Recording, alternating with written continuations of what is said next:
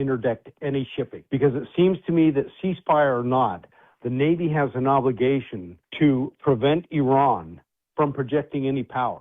And quite honestly, it's almost like Fifth Fleet and Central Command have gone missing in action when it comes to defending freedom on the high seas with respect to the Strait of Hormuz. So Lippold asks, if we are doing so well against Iran, why can they still project power into the strait? Why isn't the Navy interdicting them? These are clearly violations of the ceasefire, and yet President Trump is either not allowing them to, or the Navy is incapable of preventing Iran from projecting power. And that is a wholly unacceptable situation. So Lippold says right now the military needs to tell the president that it needs to finish the job.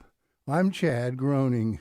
The Southern Poverty Law Center is facing 11 counts in a federal indictment, accused of funneling millions to white supremacist and extremist groups. Moms for America was just one of the groups that SPLC labeled as a hate group. Kimberly Fletcher is founder of Moms for America. Well, I was actually very excited that they're finally being called out for the fraudulent organization that they are. I mean, we're a national organization of over 500,000 moms across the country who are specifically focused on reclaiming our culture for truth, for family, for freedom, and the Constitution. And because of that, they label us a hate group. I mean, if that's where we're going in our country, we are in big trouble in America. And now that the Southern Poverty Law Center is being called out as for all of these things that they have done, you can see now that they are the extremist hate group that's funding the extremist hate groups while they're calling us an extremist hate group. 6 candidates vying to be California's next governor participated in the Nexstar California gubernatorial debate last night ahead of the state's June 2nd primary election. It's the first governor's debate since former California Democratic Congressman Eric Swalwell dropped out of the race. California Republican gubernatorial candidate Steve Hilton pledged to work with President Trump, who endorsed him for governor, to improve the lives of all Californians. Here's the thing that's going to help every Californian when I'm governor, is that we will have a constructive relationship and partnership with the federal government, which would be the case, I would hope, for any party in that situation, so that we can make things better in California. And shares have retreated in Europe and Asia, while Brent crude oil topped $100 a barrel. More news online at afn.net and on the AFN mobile app. I'm Rusty Pugh. The mission of AFA is to inform, equip, and activate individuals and families to strengthen the moral foundations of American culture and to give aid to the church here and abroad in its task in fulfilling the Great Commission. The vision of American Family Association is to be a leading organization in biblical worldview training in the interest of cultural transformation. Thank you for standing with the American Family Association as we seek to stop the erosion of godly values.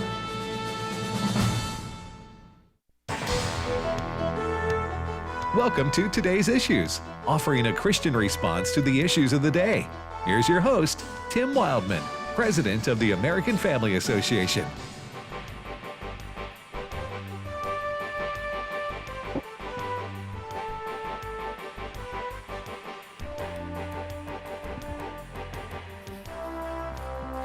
Hey, good morning, everybody, and welcome to Today's Issues on the American Family Radio Network. Thanks for listening to AFR on this Thursday, April the 23rd, 2026.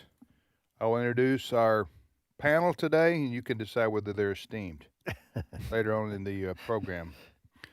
Tony Vitagliano, good morning, Brother Tony. Good morning. Filling in for his old man, Ed. Yep, once again. All right. And I'll pass on the esteemed part. I'll vote on myself, not esteemed. I got another comment about that, but I want to get back. Fred Jackson, good morning, Fred. Good morning to you. And Chris Woodward. Good morning. So your dad, we've been friends for a long time, but I don't remember I always joke with him at the end of the year because he takes his vacation time when it's cold and dark outside. Yeah. And he saves it up. He does. And I've never understood that. Of course, that doesn't make me any better person than him because I take mine during the year. Right. When it's warm and sunshine. But I've always been curious about that. And here I'm proud of him for going ahead and taking some vacay time. Yeah. aren't you? Yeah, you know what? And if for no other reason than it's less time he can rub in my face at the end of the year, when he just starts disappearing every Friday. He's like, I got so much time, I can't even use it all. I know he gets. In December you don't see Ed anymore, and it gets back, and I wonder, I have to reintroduce myself. I'm Tim. I'm 2 offices down. Nice to have you on staff here. His door has cobwebs across it. Going to go in and chase the animals out of it. I'm proud of him for taking some vacation time when it's springtime out. All right, so we're going to get to some of the top stories in the news that we talked about at our show prep meeting this morning prior to the program. And yes, ladies and gentlemen, we do prepare for this show. I know oftentimes you wonder, did Tim prepare at all? The answer to that is most of the time. Yeah, I do. But we do have a breaking story in all seriousness that Fred's been tracking. Fred, what's going on here? Yeah, Southeast Georgia. We need to be praying for folks there. Yes. Their states of emergency have been declared because of wildfires. Dozens of homes destroyed.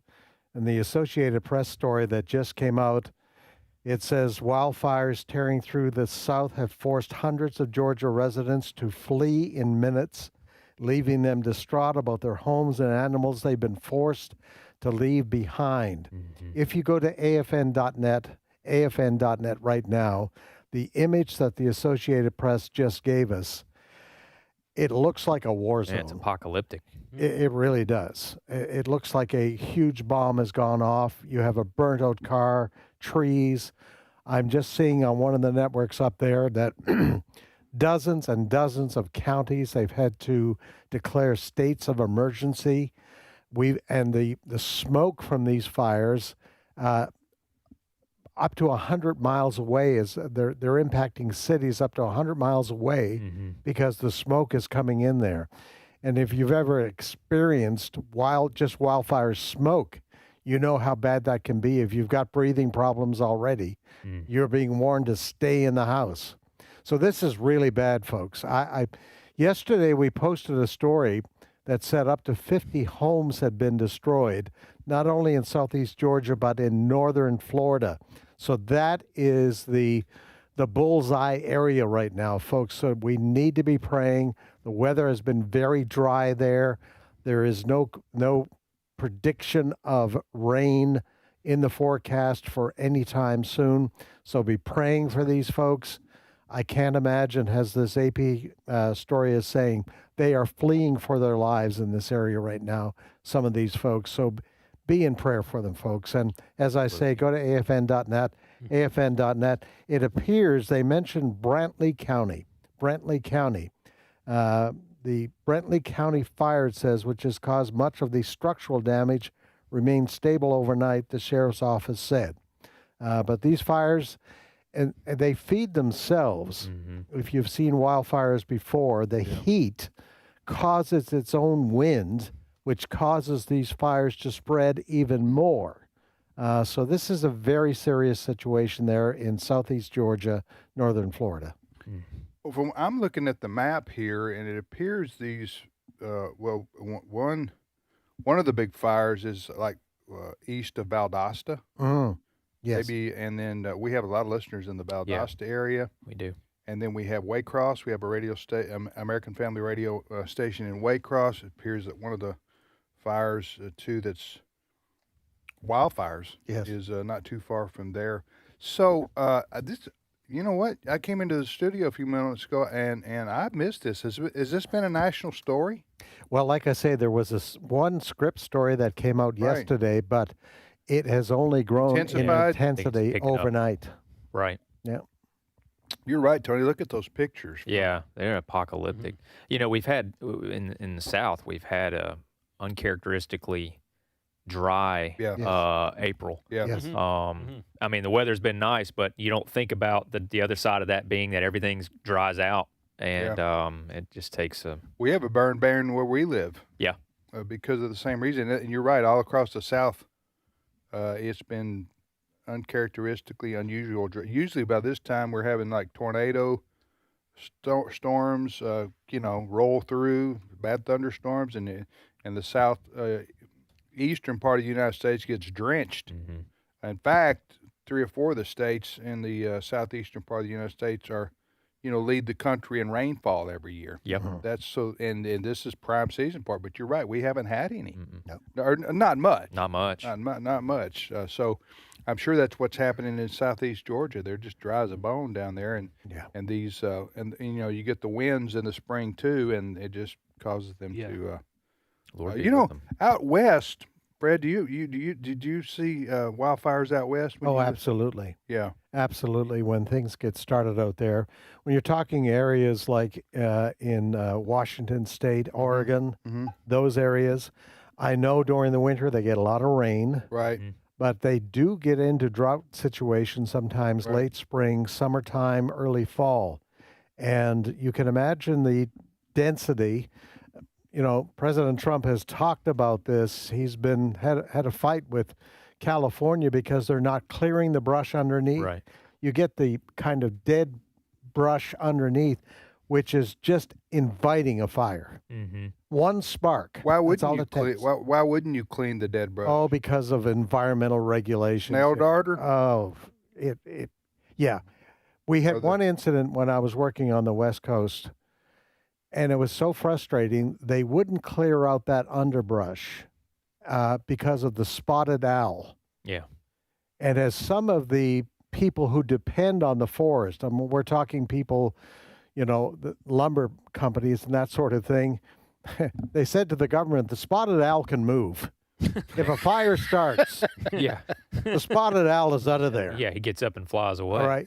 But this is your environmental wackos out there. We have to, like you say, save a snail or save an owl or whatever the case may be. And then these huge fires come, and then everybody's life is destroyed. Yeah. Including lots of wildlife that they claim they're trying to preserve. Yeah. Yes. Yeah. Well, you're right, Fred. We need to pray for those folks down there and the firefighters, especially. Oh, yeah. Yep. In southeast Georgia. Mm-hmm. You're listening to Today's Issues on the American Family Radio Network. Tim, Tony, Fred, and Chris. Chris, what's your first story? Well, from one developing news story to another, let's go to the Middle East, where President Donald Trump said today that he has ordered the U.S. military to, quote, shoot and kill small Iranian boats that are deploying mines that choke traffic through the Strait of Hormuz. Trump made the announcement on social media after, as he often does, and that came shortly after news that the U.S. military seized another tanker associated with the smuggling of Iranian oil, ratcheting up a standoff with Tehran over the strait through which 20% of all crude oil and natural gas goes through. So now it appears that he's going after those small boats that we talked about at length yesterday. Somebody called them mosquito boats. So, yeah, that's been a term used by a number of people. Yeah. So what's the strategy here, Tony? Well, I mean, we're, still, the blockade is still in effect. And what it looks like has happened is that, we've claimed territory with our fleet in the Gulf of Oman. So we're blockading ships coming out and even trying to get these ghost ships that make it to, Asia or make it past the blockade. And it seems like Iran is just trying to enforce their side of the Hormuz, trying to make it difficult for anybody trying to get through the strait. So their navy is decimated. Their large ships are all, from what I can tell, have been sunk. So they're relying on these smaller craft to just harass and damage and even take over tankers going through the strait. Again, the goal of the United States naval blockade is to shut down the economy of Iran. Mm-hmm. Yeah. Without having to blow up things. Mm-hmm. Right. That would be the hope. I think that's why President Trump and his team are holding back. Although, he says daily, almost, we're getting ready. If they don't do this, if they don't do that, I'm going to bomb. But then he's not done that. I mean, he's holding back, I think, to see if this blockade will force the economy of Iran to be so stressed that the leadership, whoever they are, yes. of Iran will come to the table and make some kind of a concession on whatever it is that President Trump's trying to get them to make a concession on. And someone that says as much is the president's spokeswoman, Press Secretary I talked to her this morning. Yeah, did you? Yeah, I help her out a little bit here and there. Well, Caroline Leavitt, talk about it. talking to Fox about this situation, she said that Trump holds all the cards and has backed Iran into a corner, so to speak. Clip 1. We're waiting to hear back from the Iranian regime. The fact that they cannot send a unified message yet, which is why the president decided to extend the ceasefire, just shows how effective Operation Epic Fury truly was, because there's a lot of internal division over there. The president understands that, and so we await their response. Well, the president, the cards are in his hands. The United States maintains control over the situation. He has all of the leverage.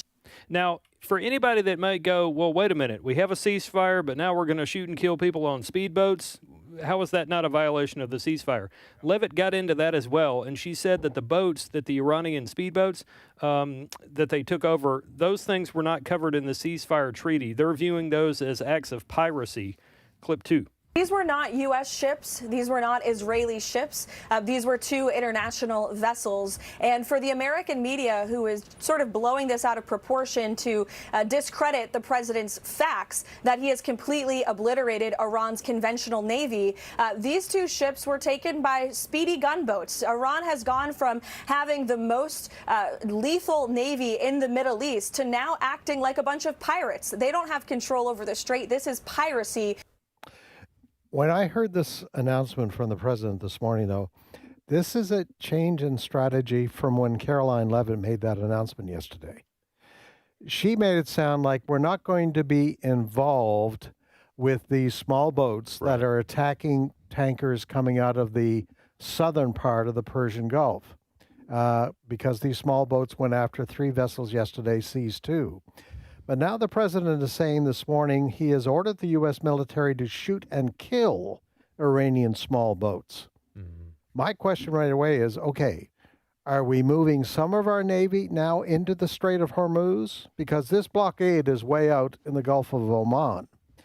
So are we moving in, or are we going to take fighter jets over the Strait of Hormuz and aim missiles at these small boats? So we are ramping up in the last 24 hours beyond what she talked about yesterday. Yeah, I mean, we have been operating some of the fighter jets that we said were kind of pointless, like the A-10 Warthogs. I know we've been utilizing those to go after earlier in the war to go after these boats. So it sounds like that. If I had to guess, I would say we're not moving our Navy there, but more so, like you said, probably using aircraft sorties from our aircraft carriers to just go target them when we find them. Just trying to remove whatever leverage and options that Iran has. We're just trying to limit those. So let me understand this right. This is, there's a lot of moving parts here, as they say, which creates confusion for a lot of people. So we have a blockade. We, the United States, have a naval blockade. So we're not letting any ships into or departing from Iranian ports. Correct. Merchant ships, primarily carrying or whatever. So that stops trade for Iran from those ports, right? Correct. Which is a big part of their economy. Yes.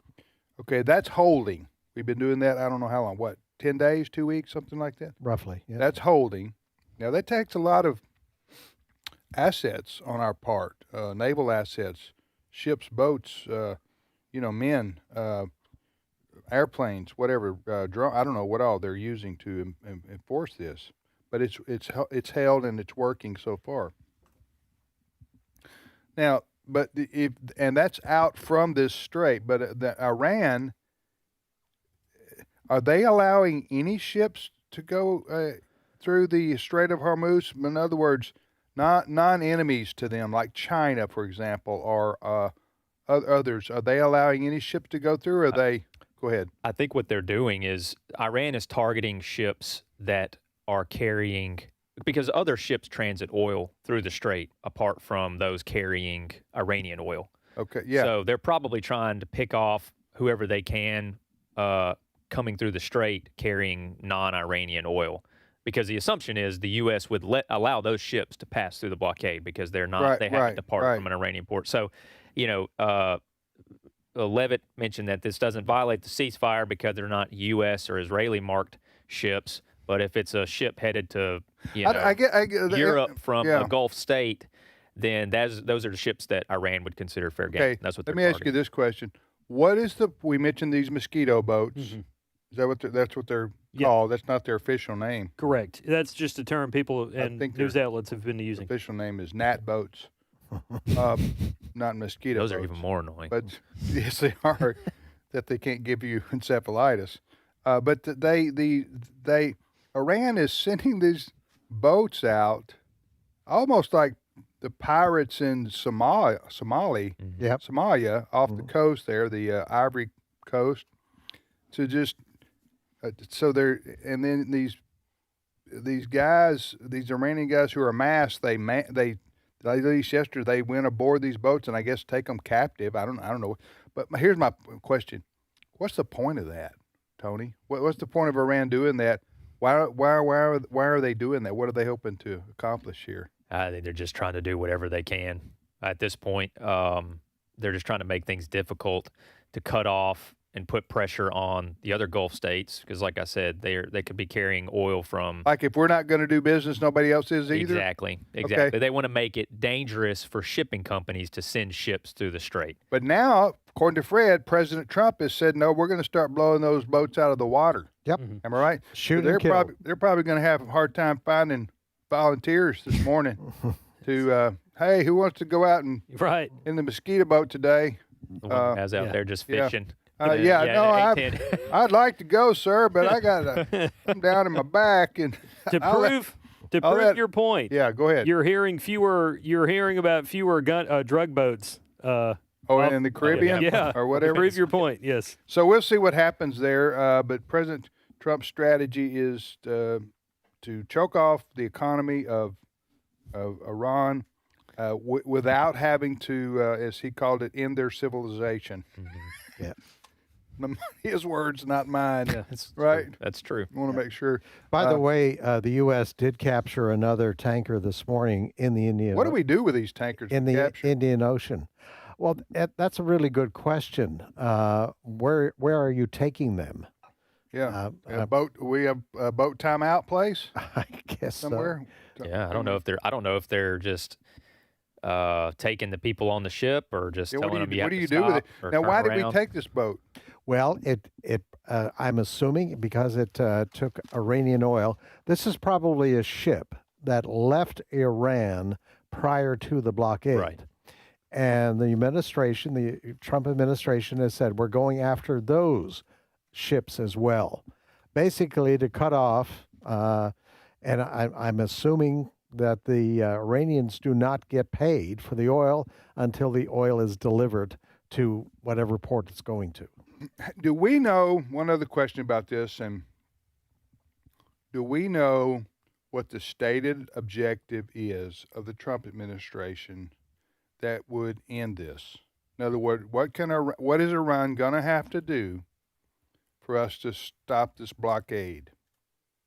Does anybody know the answer to that? Well, that is going to be the subject of negotiations. I mean, we've had several. We don't have anybody to negotiate with, though. Yeah.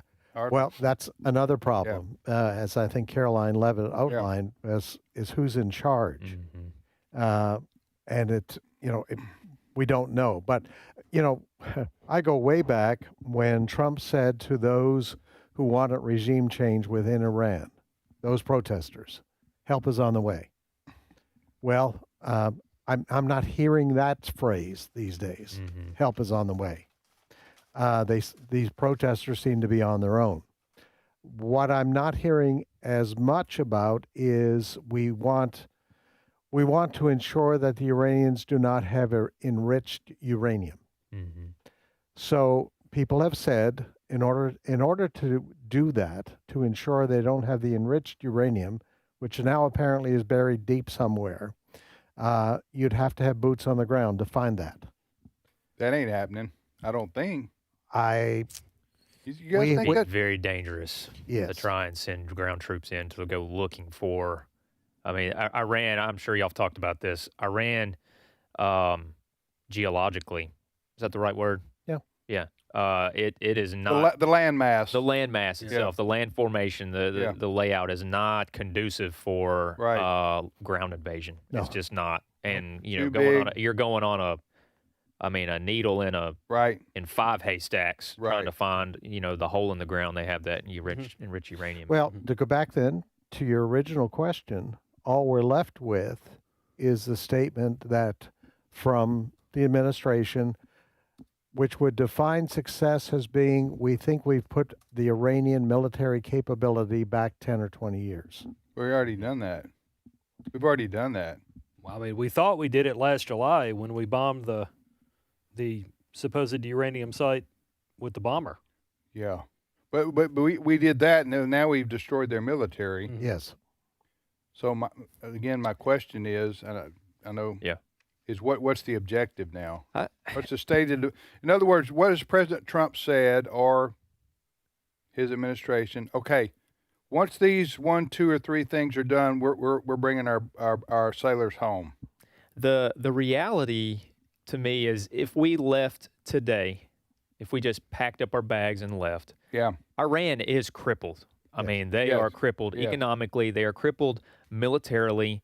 Mm-hmm. They're not going to have the cash on hand to be supporting Hamas, Hezbollah, these other terrorist groups as they have in the past. I don't even think they would. I know they've threatened, we're going to charge $2 million a boat to come through. They're not going to be able to do that because people are just going to say, well, we're not coming through then. We're not paying that. So there is a reality in which Iran, if we just left, they would be crippled. The optics of it, though, are hard to sell for Trump, in my opinion. Pointing to something as victory is harder to do for Trump. I mean, you have to have something tangible if you want to claim victory, and right now it would just be. So are we saying here we're unclear? Yeah, I think that's what I think. Yep, we're going to have to take a verbal. We have to accept. Yep. A verbal guarantee from the Iranians. We will not, and perhaps demand that inspectors go in, which it's been going on for some time. Mm-hmm. What if they say we ain't doing that? Then this is going to be a long war. Yes, exactly. If they say that, Sadly. check out Trump's Truth Social post. So our sailors may be there through the summer, you're saying? At least. We'll be back momentarily. Stay with us.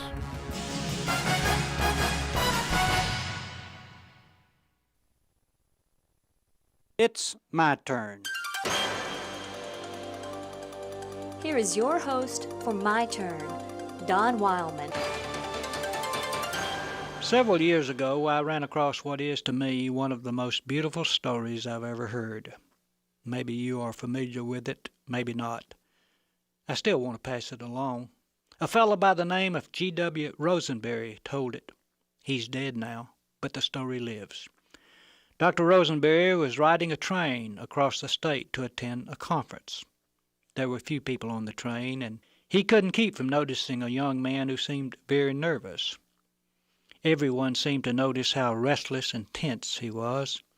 He'd take a seat, sit for a moment, get up, and move. Finally, Dr. Rosenberry went over to where the young man was, sat down beside him, and spoke. "Do you have trouble, son? Is something bothering you? I would certainly like to be of help if I can." The young man looked at Dr. Rosenberry for a moment and then spoke. "Well, I don't mind telling you," he said. "Do you know where Springvale is?" Dr. Rosenberry answered, "Isn't it the next stop?" The young man spoke again. "Yes, sir. We'll be there in a few moments. That's my home.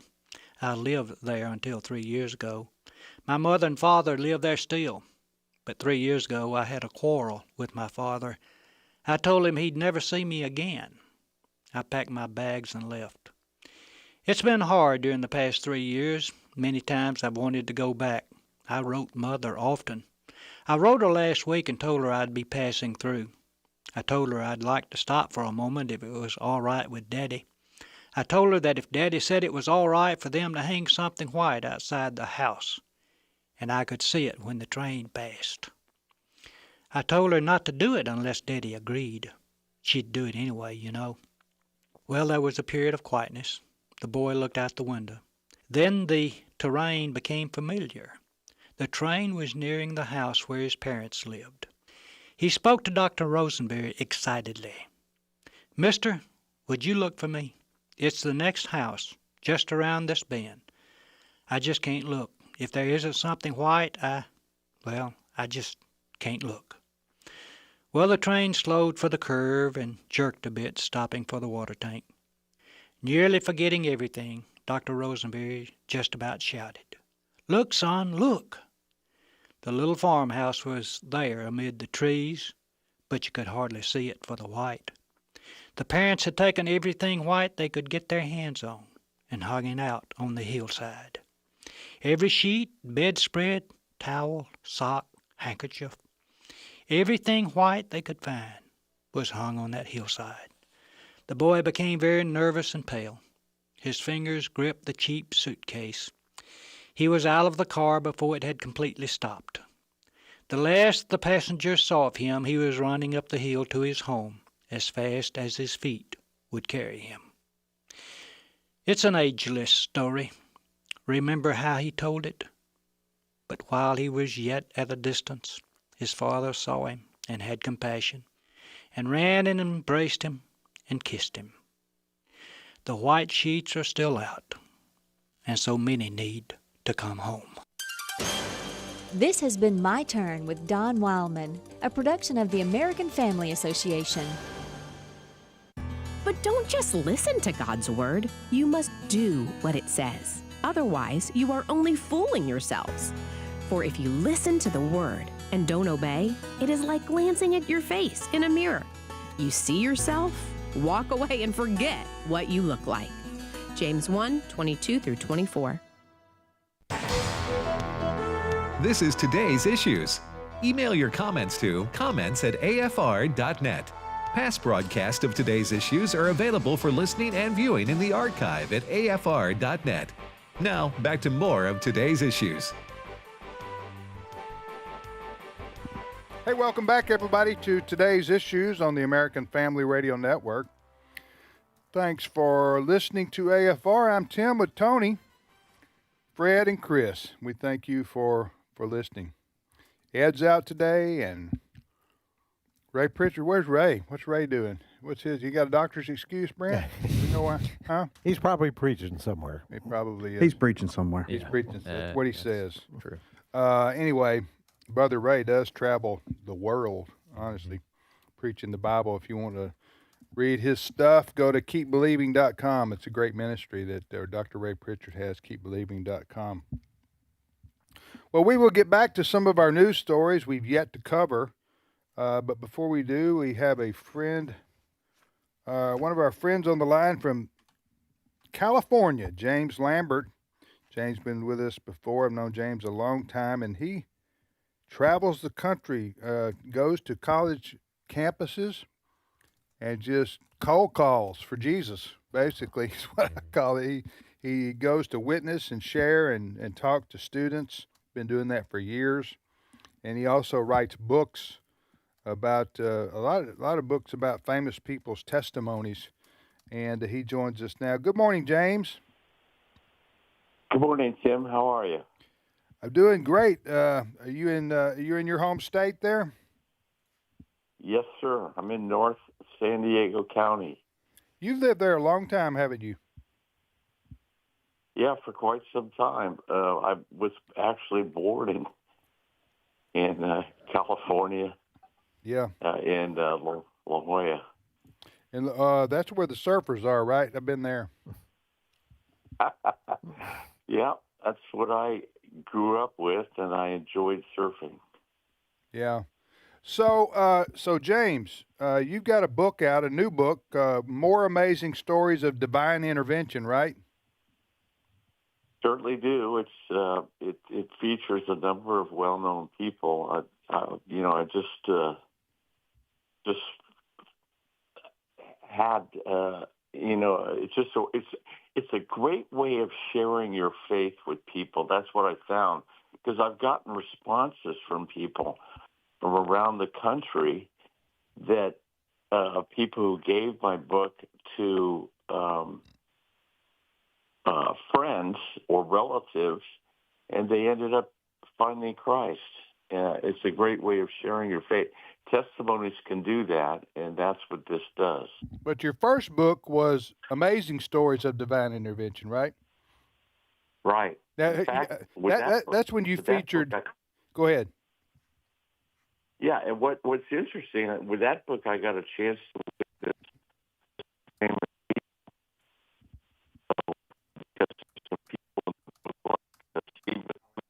Hey, James, we're going to have to call you back. You're breaking up. You know, not mentally or anything like that, James. You're just breaking up on the phone. So I didn't want to offend him. Yeah. You know, hey, you're breaking up, man. No, I'm not. I'm of sound mind. So we're calling him back. Try to get him back on the phone, James. James, he's got some great stories about very famous people that. Yeah, I was just looking at the list, and I'm not going to try and steal his thunder if he wants to talk about him, but I'm looking at some of the stories. Dwight Eisenhower, Rock Hudson, Mickey Rooney. These are baby boomer names, but still. Yeah. Huh? Is he back? So, I mean, some of these look, well-known people. He got a great story about what was Steve McQueen? Mm-hmm. Yeah. Who came to know the Lord. Yes. Oh, really? So, yeah. Yes. Steve McQueen, who's a very famous actor. James, you back? Yeah, I certainly am. Okay, stand where you are. Okay? Don't turn your head and don't move around, because we got you right now. Okay, James wrote. You've written more amazing stories of divine intervention. We were just talking about your first book, which was amazing. You featured the testimonies of. Name 2 or 3 of the people you featured in your first book. Steve McQueen was one of them, and also there was a great story in there about Ronald Reagan. Tell us that. Tell us that one. Tell us that story. Well, I got a chance to interview his son, who sadly passed away recently, and a lot of people aren't aware of this, but Ronald Reagan would have regular Bible studies in the White House, in a subsidiary little side cottage in the White House, and he totally was a believer in Christ. And also, there's a great story in that book about George Washington. I got access to a private library that was owned by the previous owner of the San Diego Union Tribune that had over 200 letters of George Washington. And from that, I found out about his strong faith. In fact, he was the first of the founding fathers that got rid of his slaves. And he also, during his second term in office, tried to get rid of slavery. A lot of people aren't aware of that.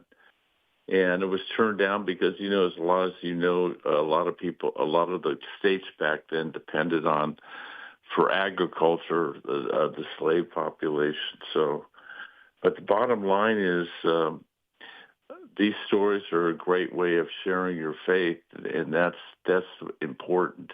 I also broke the story on Mickey Mantle coming to Christ 2 weeks before he died. He had serious alcohol problems.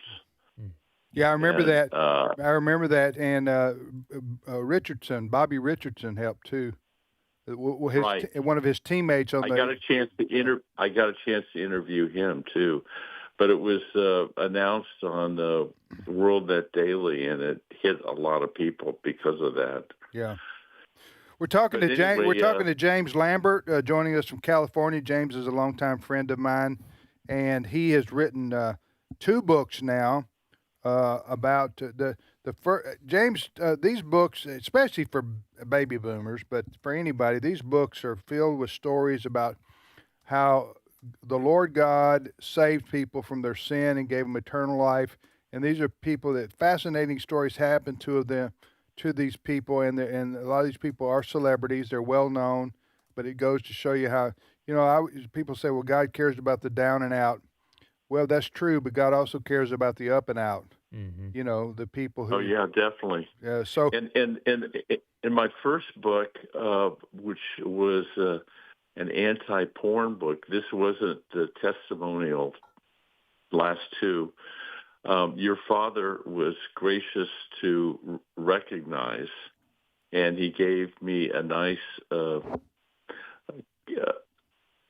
comment on the book in the back of the book. And what's interesting, and I don't think you know this, but with that book, I got 3 death threats. Yeah. And what's incredible is the problem. Why did you get death threats? Which book are you talking about? The first book, Porn in America. Okay, why'd you get death threats over that? Because eventually what happened is the LA Times actually, because of that book, I was on the O'Reilly Factor twice and on all 3 major networks. And the LA Times actually shut down their advertising of the porn industry for a couple months. But because they got so much pressure, they started allowing it today. But what's sad is what's happening these days with what's on the internet. There's hundreds of thousands of worldwide of porn sites on the internet, and that saddens me. That hurts a lot of our generations, because of that. Yeah, we're talking to James Lambert. James is James. We've got a couple minutes left here. Talk about how people can read about and get copies of your books. Yeah, you can get a copy of the book in the middle of your web page is my 800 number, which is 800-656-8603. And you can call me and leave a message, and I'll get right back to you. And you can get a copy of my newest book for only $19, and it helps support my ministry. Your customer service. That's on our Facebook page, by the way. That's where he's talking about the number being. Okay, so go to our Facebook page, mm-hmm. Today's Issues, and we have the contact information posted there. Right. But do you mean they call you and they order the book? Yeah, they call my 800 number and just leave a message, and I'll call them right back. Okay. Make sure they give me their phone number right away. Don't wait till the end because the 800 number might not catch it.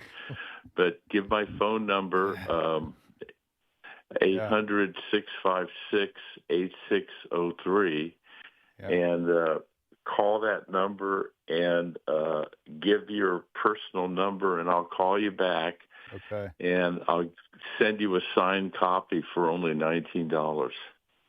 A signed copy of what? That includes of my new book. And that includes postage too. Yeah. Does it include gas? So he lives in California. That's listen, too much. just to be clear, people know California earthquake insurance covered there. So the name of the book we're talking about, you can order from James Lambert. And yes, ladies and gentlemen, you heard him. He'll talk to you himself. And is More Amazing Stories of Divine Intervention. And what are the names on there, Tony? So some of the names in the description of the book that include stories about Dwight Eisenhower, Rock Hudson, Mickey Rooney, Gary Puckett, Pat Boone. I have heard of that one. So look, it's not just it's cross-generational. Yeah. So Pat Boone. He's still alive, by the way. Mm-hmm. Pat Boone is. He's 90-something. I've talked to him before. Have you? I've interviewed him before, yeah. All right. Well, all right. Well, listen, James, thanks for being on with us. God bless you and your work. Appreciate it very much. And come see us if you're ever traveling down south again, okay? Yeah. I had the pleasure of witnessing to a number of Mississippi colleges, and fortunately, there were a number of Christians that I talked to, but the one thing they weren't doing is witnessing to their friends. So I was encouraging them to witness to their friends, and I gave them some of those comic book tracts to do that. Yeah. So it's really important for people to share the gospel with their friends, because a lot of the the churches I speak in, if you look at the population, most of them are 50 plus. Yeah. You don't see a lot of young kids in colleges today. So my book is a great way of sharing that very thing. But call my 800 number. All right, James. Go ahead and get the 800 number again. 1-800-656-8603. Okay. Again, 800-656-8603. And I will personally get in touch with you. Give me your phone number right away. All right. And I'll send you a book. Okay. Thanks, James. Take care, my friend. God bless you, and enjoy. You still get out there and surf a little bit, do you? Yeah. Not much, because I'm older. It's harder to get up. Yeah. You ever seen a shark out there? It's been a long time since I've seen a shark, but yeah. All right, thank you. Thank you. Thank you, James. Sorry, folks. I apologize for talking over James. So it's difficult sometimes to do a live radio program with somebody's, on the phone. There's a delay. It's a delay, and then I feel like, well, I've got to talk because there's silence, and then he starts talking, and then I start talking. But James is a great guy. I've known him for a long time. Loves the Lord, and he on his own expense, he travels. He's done this in many states. He'll go to a state, and he'll just go to a campus, and he'll have a sign or something, or or handing out gospel tracts, and he'll engage with the students. He's not bashful about sharing his faith, and he's passionate about seeing people get saved, come to know the Lord. And but these books are really, really good stories about how God intervened in people's lives. You're listening to Today's Issues. I didn't know he was going to say call me on but you got him on Amazon too, didn't you? His book looks like it's available probably on a lot of different retailers places. like that. The books are called Amazing Stories of Divine Intervention, and then More Amazing Stories of Divine Intervention, and written by the gentleman you'd heard me talking to, James Lambert, Lambert. Yeah, if you call him, I think the benefit of that is he'll send you a signed copy. Whereas if you buy it off of like Amazon or something, it's just, Gotcha. All right, you're listening to Today's Issues. Let's see, Pam and Miley from Jonesboro, Arkansas, stopped by our studios to say hello. They're getting the grand tour out there. Yep. Down in our studios here. They're here for the Extraordinary Women Conference. Yes, we will be covering that, by the way, for AFN. The Extraordinary Women Conference series is going all across America. Mm-hmm. And tomorrow night it comes to, tomorrow night and Saturday, it's in our hometown of Tupelo. Correct. So two of my granddaughters are like 10 and 8, and they are going to get to meet Ann Wilson. Nice. The Christian singer. Yeah. You familiar with her music? I am. Yeah, she's the Let Me Tell You About My Jesus. Yeah. singer. She has other hits as well. Yeah. Very good. She's very well known. She's a very popular Christian. She's a Christian singer, but a lot of her music is worship songs too. Mm-hmm. Anyway, so they're huge fans of hers. And when you're a child and you get to meet a big famous singer, so they're like counting down the hours. Yeah. Huh? Right. That's good. So I tried to temper them a little bit. I said, listen, we're going to get to see Ann Wilson if all things go okay. Mm-hmm. I said, her flight may be delayed. We may, run into a roadblock, have a flat tire. There's a number of things that will prevent you from meeting Ann Wilson. And anyway, so you got the bucket of cold water. Yeah, right there. I knew when they started on them. They started crying. Yeah, and they they. And you got to switch gears and be like, no. Right. You right. may, but you also may get to meet her. Right, I don't know. Right. Yeah. That's right. No, I didn't do all that. People, don't email me. I didn't try to temper their excitement at all. When I told them they were going to get to meet Ann Wilson, they're like squealed. Yeah. You know how that great. is. Oh yeah. So they can't wait. So. Ann Wilson better show up. Yes, yes. I will put that in our story. Or I will personally drive to her hometown and find her.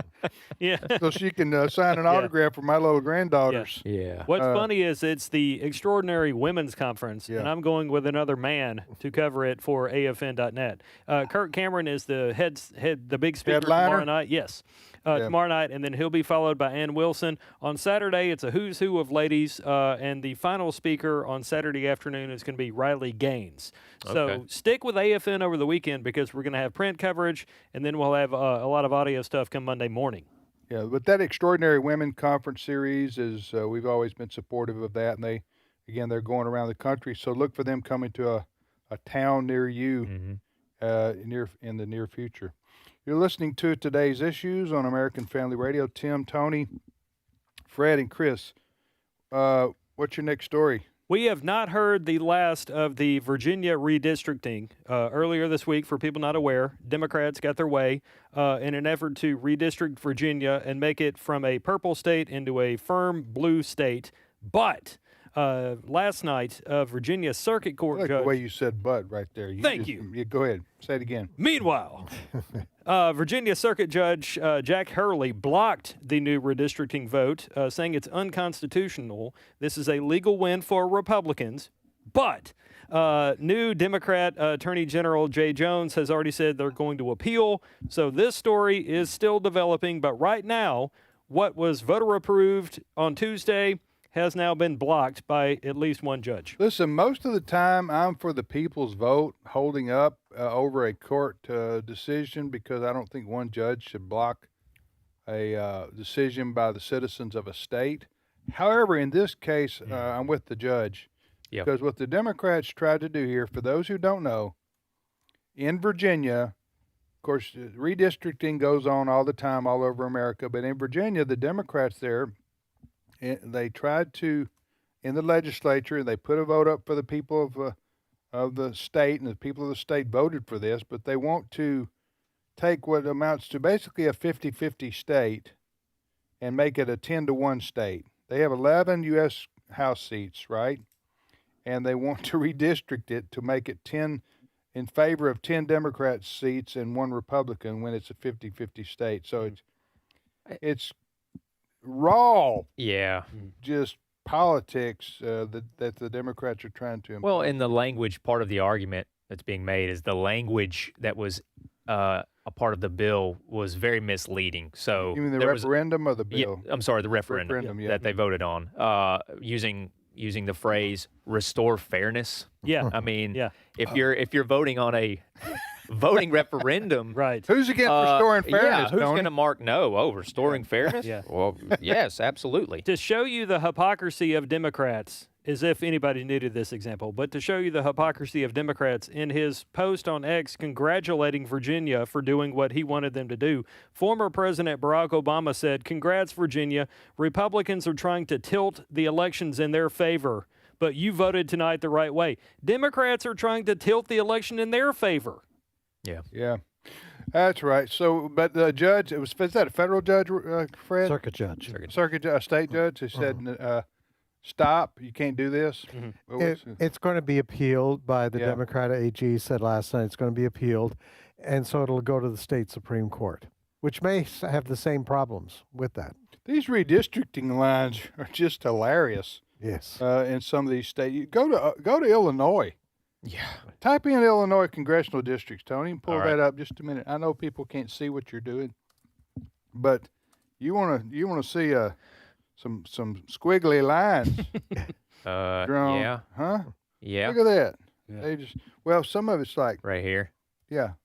Some of it's like get this, huh? The big blue, this big area right here, but then in the middle of that is other states have similar, but man, they just go. Look at that little snake trail. Yeah. There you go. I see what you're saying. Through the state of Illinois. Tim, to your point that Virginia is a split state. Yeah.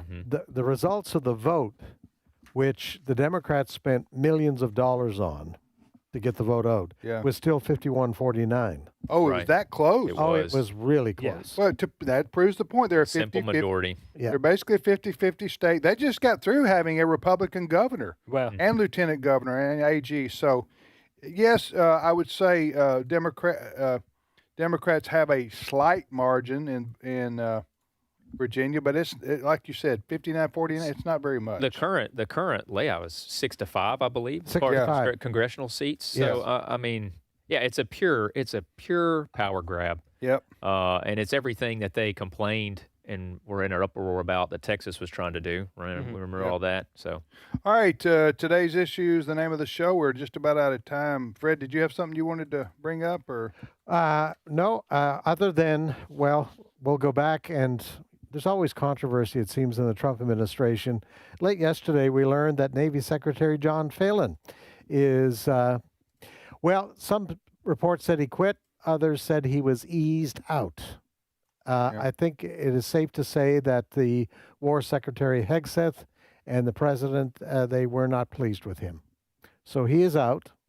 And so we'll... They have an acting Secretary of the Navy, don't they now? Yes. Yeah, they will. Yes. Until a new one is confirmed. Yes. Yeah. I can tell you who the acting one is. Who's the acting one, Chris? According to Google, as of April 22nd, Hung Cao is serving as the acting Secretary of the Navy. I'm sorry. I hope I got that. Why are you laughing? Right. Because I hope I got it right. I just butchered Chris. it. I didn't see anything funny about No, I didn't. That's Hung Cao. Yeah, he's of Vietnamese descent. Yes, thus the Asian name. Yes. Which is not. I'll tell you what's funny. In where is he from? Vietnam. He's American. Vietnamese descent. He's of Vietnamese descent. And yes. If you were having a radio show in Vietnam and they said Chris Woodward.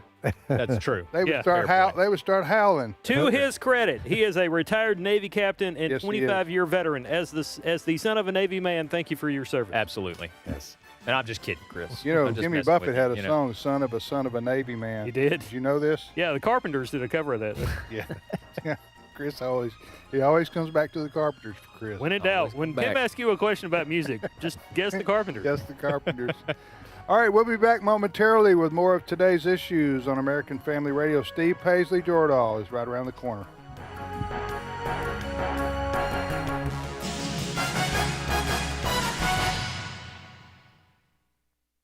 The views and opinions expressed in this broadcast may not necessarily reflect those of the American Family Association or American Family Radio. Faith, family, freedom. American Family Radio. Where can you access instruction and inspiration from scholars, apologists, authors, preachers, and activists to deepen your Christian understanding? You could enroll in seminary, but a better way might be the AFA Cultural Institute. You'll find a collection of more than 50 informative inspirational video lectures with more to come. Visit stream.afa.net to experience the AFA Cultural Institute. This is American Family Radio, a listener-supported ministry of the American Family Association.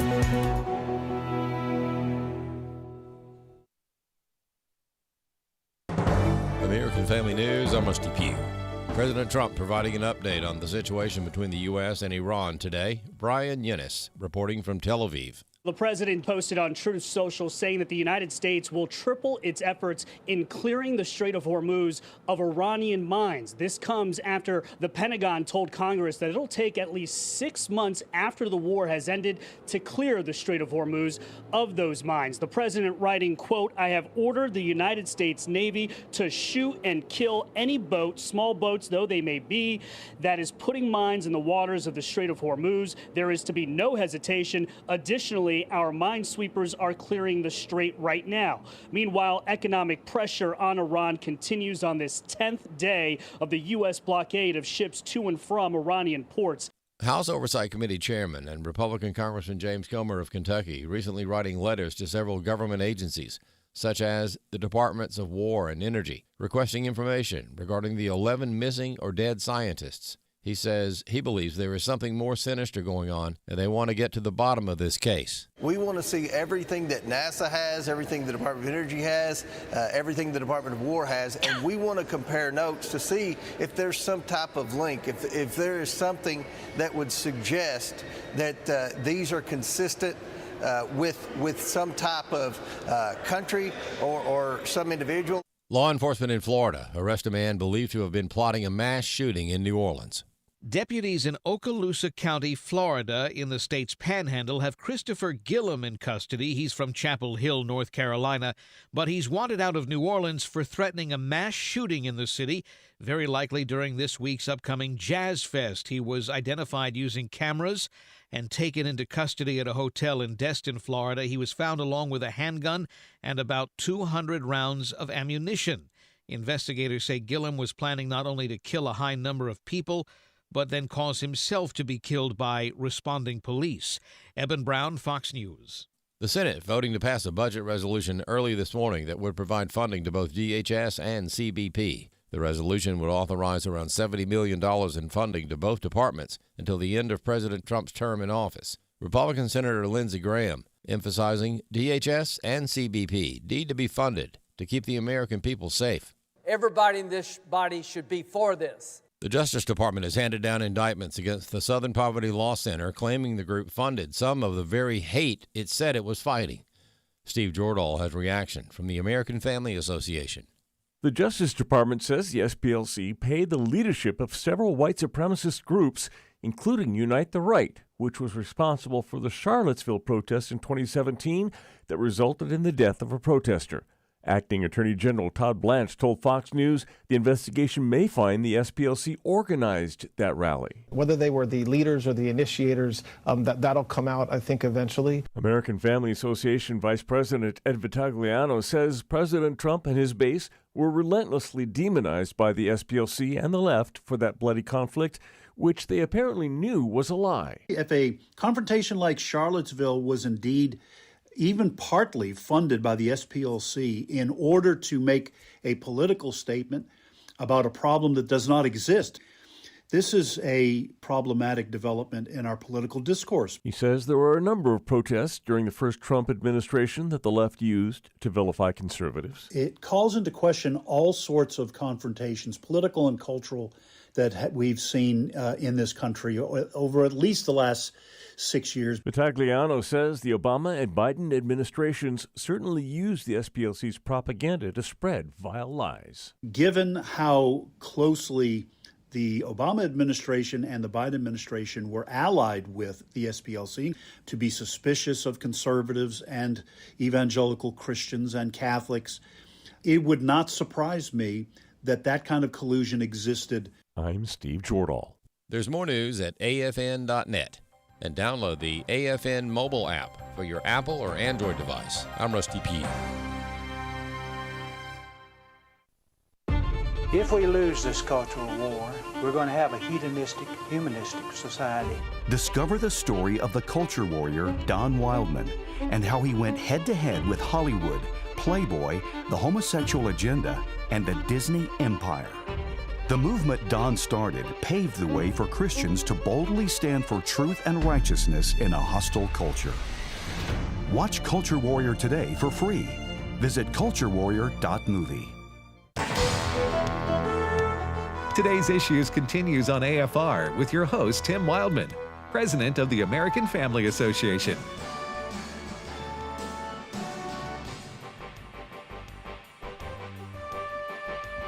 Hey, welcome back, everybody, to Today's Issues on the American Family Radio Network. Thanks for listening to AFR. Tim, Tony, Fred, and now Steve Paisley Jordahl joined us. Good morning, Steve. Hey, everybody. A little more plaid today, I think. Yeah. You got some plaid on? Yeah. It's a polo. Is that a polo? It is. Or is that a knockoff? No, it's a real thing. Is that a real polo horse? A real polo horse, yeah. Okay. All right. Do they make knockoff polo? I'm sure someone does. They make knockoff everything these days. I used to have a Marco shirt.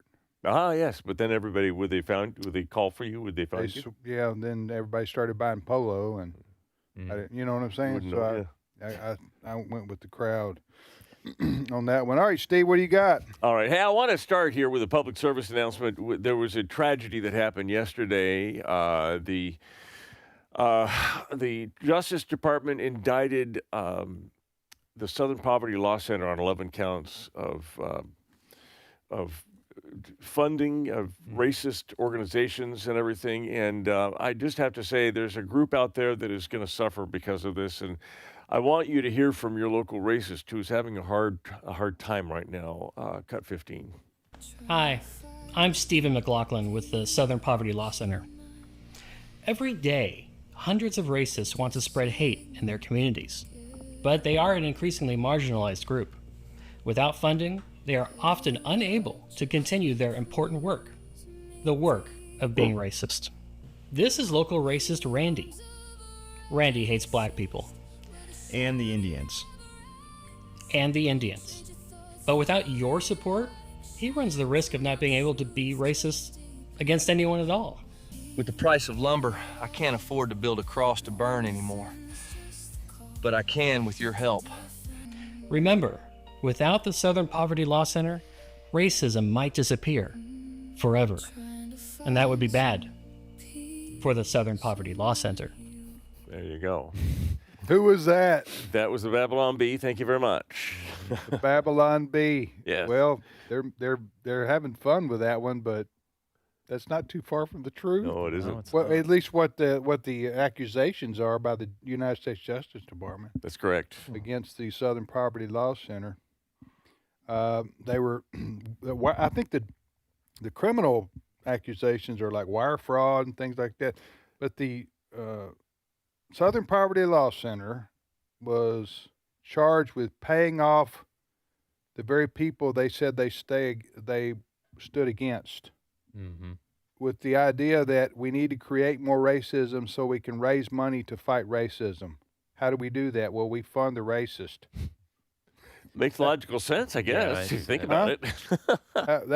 That's what they're saying. No, we were just trying to. Yeah, they're saying they're paying informants, things like that. A lot of money, though. Yeah. $3 million, I think, was the total amount that they said went. Yeah. These are donor money and some tax dollars, by the way. Yeah, but that was pretty clever little comedy skit there. I thought so. Had the music from the background of the homeless dogs. Yeah, that's right. I picked up on that this time. You yeah, said the dogs the arms that of have a been racist or something. Yeah. Yeah.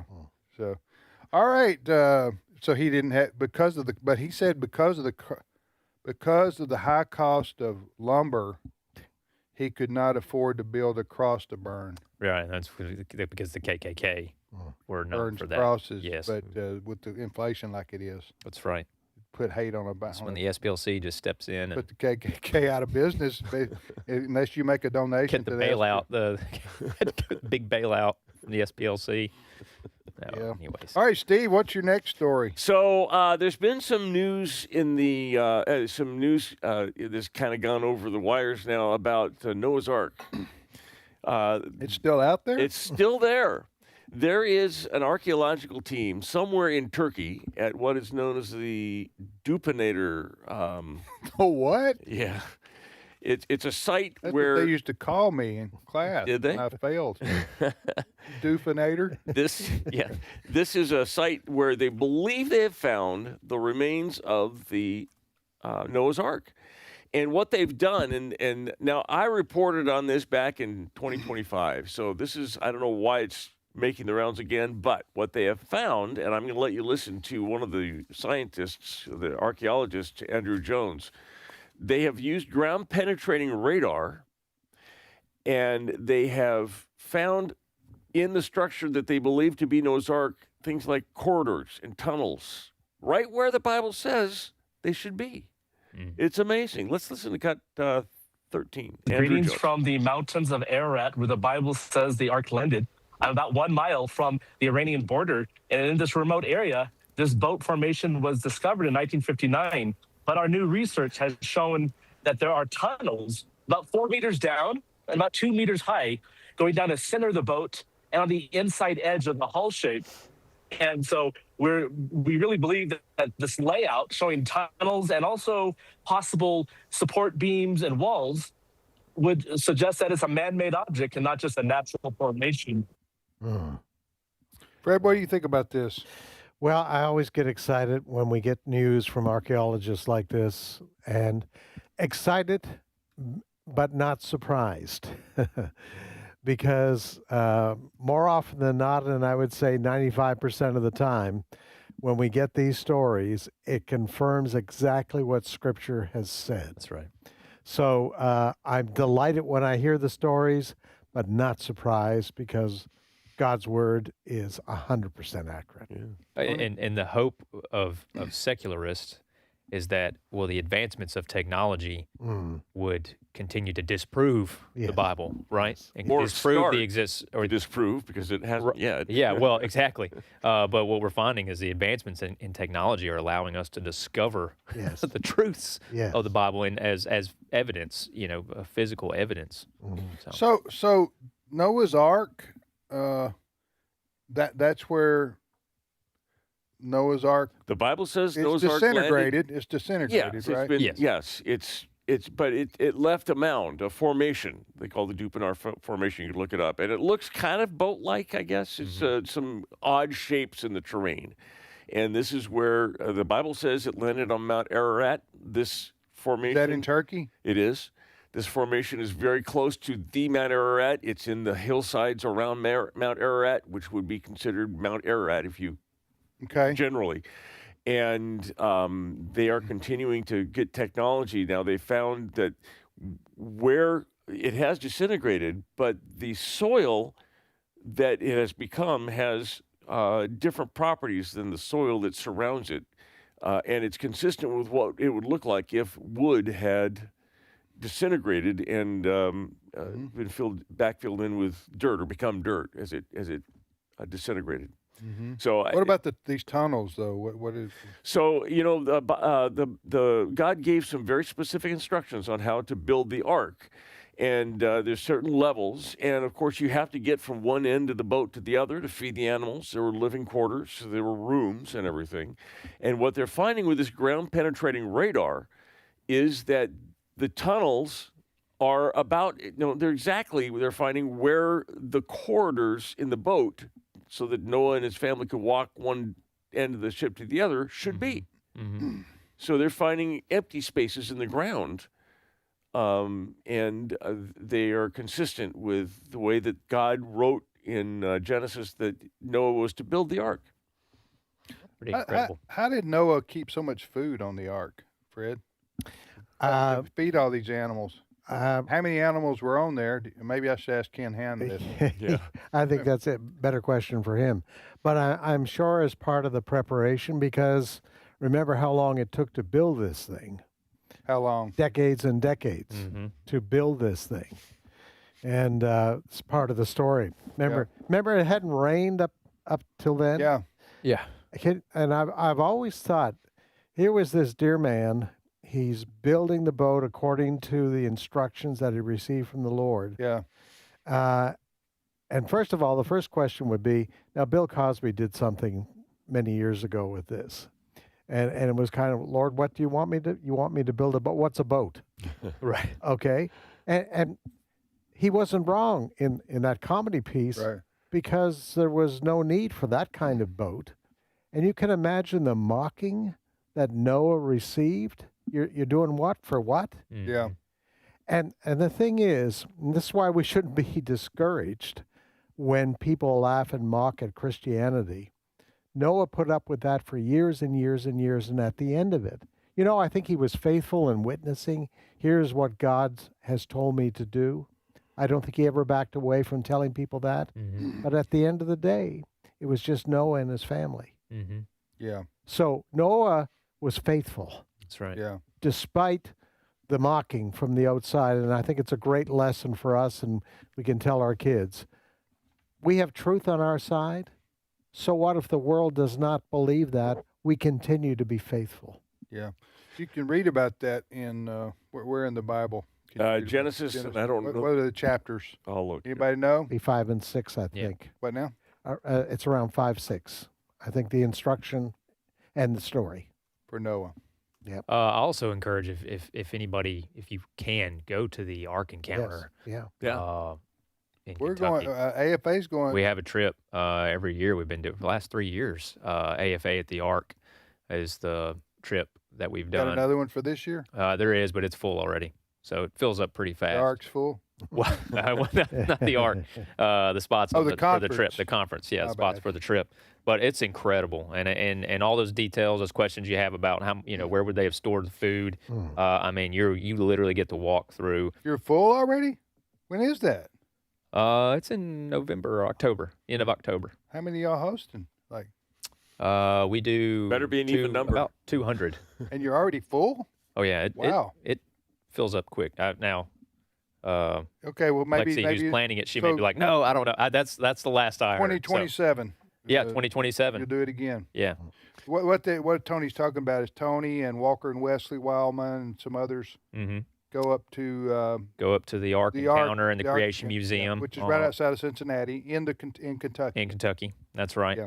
And we spend a couple of days up there, hit both places, and have a good time. Get to meet everybody, and a lot of fun and fellowship. Absolutely. You're listening to Today's Issues. That's the name of the show, Today's Issues. Tim, Tony, Fred, and Steve. Go ahead, Steve. Along the same lines, I'd like to preview a new book that's coming out. It's called The Jesus Discoveries, and it's by a guy named Dr. Johnston, Jeremiah Johnston.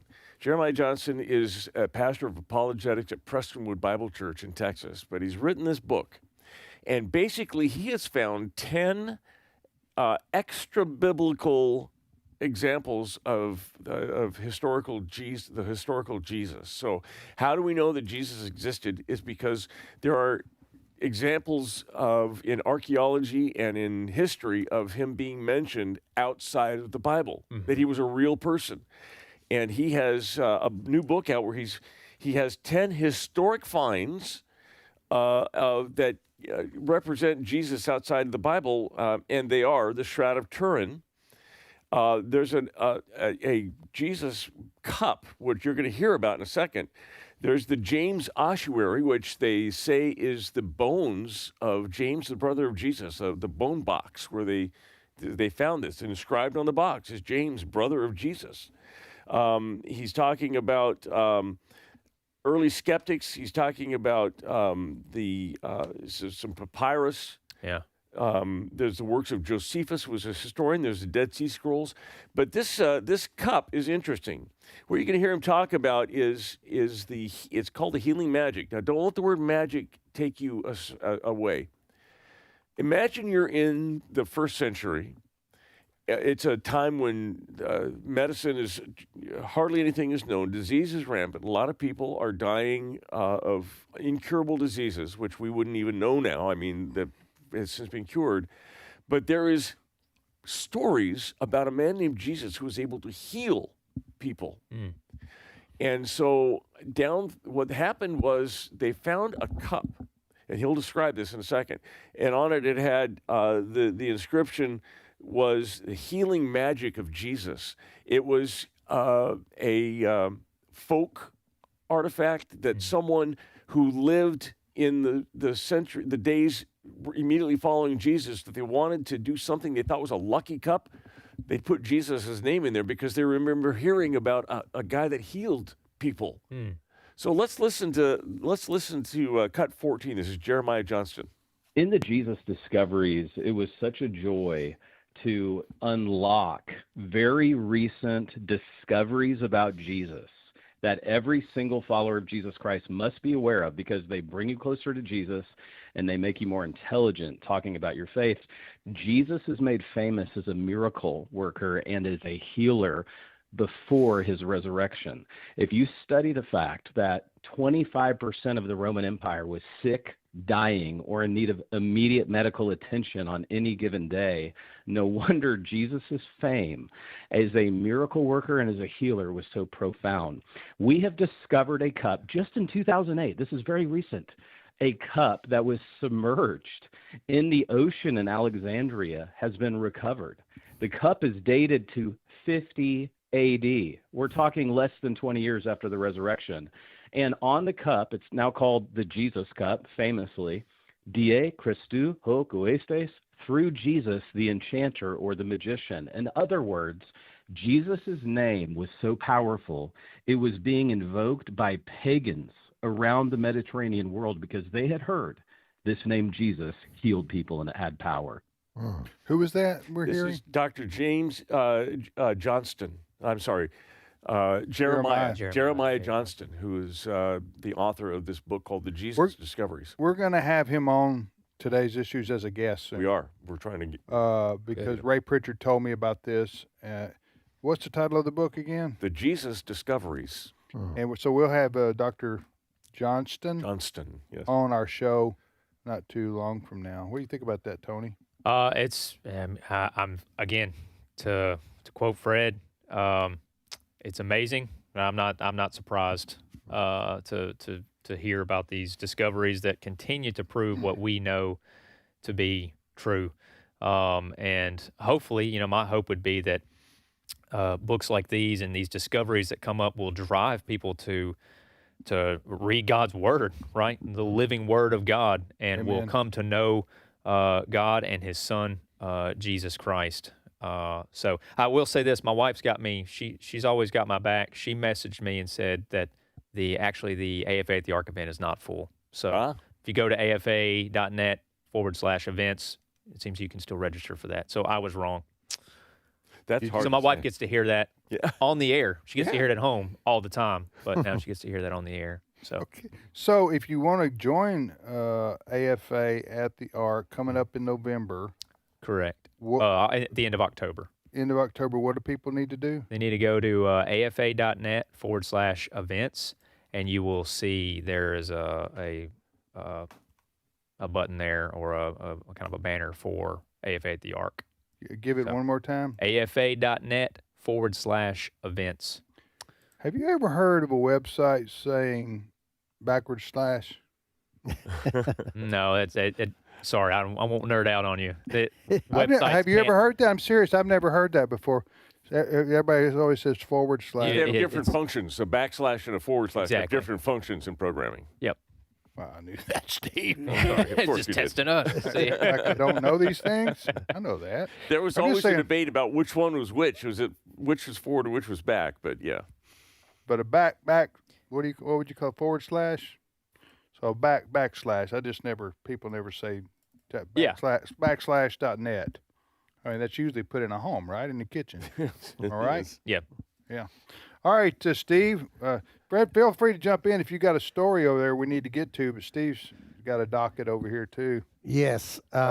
No, go ahead, Steve. Go ahead, Steve. Yep. Well, I want to highlight an op-ed that I came across from the New York Times that is saying that older Americans are hoarding America's potential and need to share all of their resources with the younger Americans. This is a socialist. This guy that wrote this, his name is Samuel Moyn.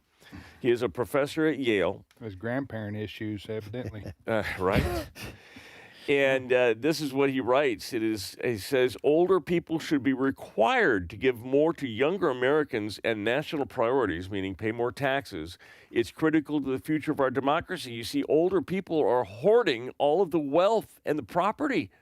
They're not sharing, and they're not distributing their wealth to younger Americans, and it's just not fair. And so he writes in the New York Times, older Americans own much of the most desirable real estate in the country's best cities, and they're not moving. And so he has some solutions. He wants to make it easier for younger people to cast a ballot by requiring routinely, since current retire requirements currently hurt younger voters that move around a lot, so he wants to lower the voting age.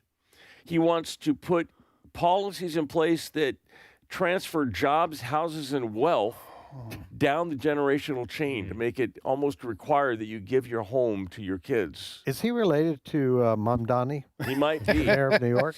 They certainly have the same. Who is this cut guy? from the same cloth, that's for sure. Does he have a lot of followers or something? What's his influence? His name is Samuel Moyn. He's a professor of law and history at Yale, and author of a new book called Gerontocracy in America. Gerontocracy,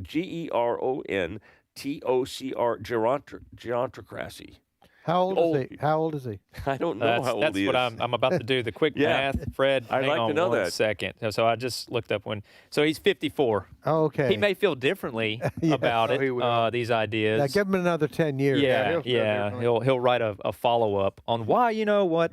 Why I think it's a good thing that you get to keep whatever you've paid for. Right. So. Listen, when anybody advocates for this forced transfer of wealth, they're a communist. Exactly. Yeah. That's what they are. Yeah. And that's where this guy is. But you know what? What's sad is that there are jurisdictions that they may not be as frank as this guy is, but you look at what's happening in Canada with euthanasia. Mm-hmm. They are broadening the definition. Yeah. You know, and we've done stories on this over the years that older people who are in hospital are being pressured. Hey, you know, your family's going to be burdened with a heavy medical bill. You've lived a good life. You know, we can quietly put you asleep and your family will not suffer financial loss. Yeah. And if you think I'm kidding, read some stories on this. It's wicked. It is. It's absolutely wicked.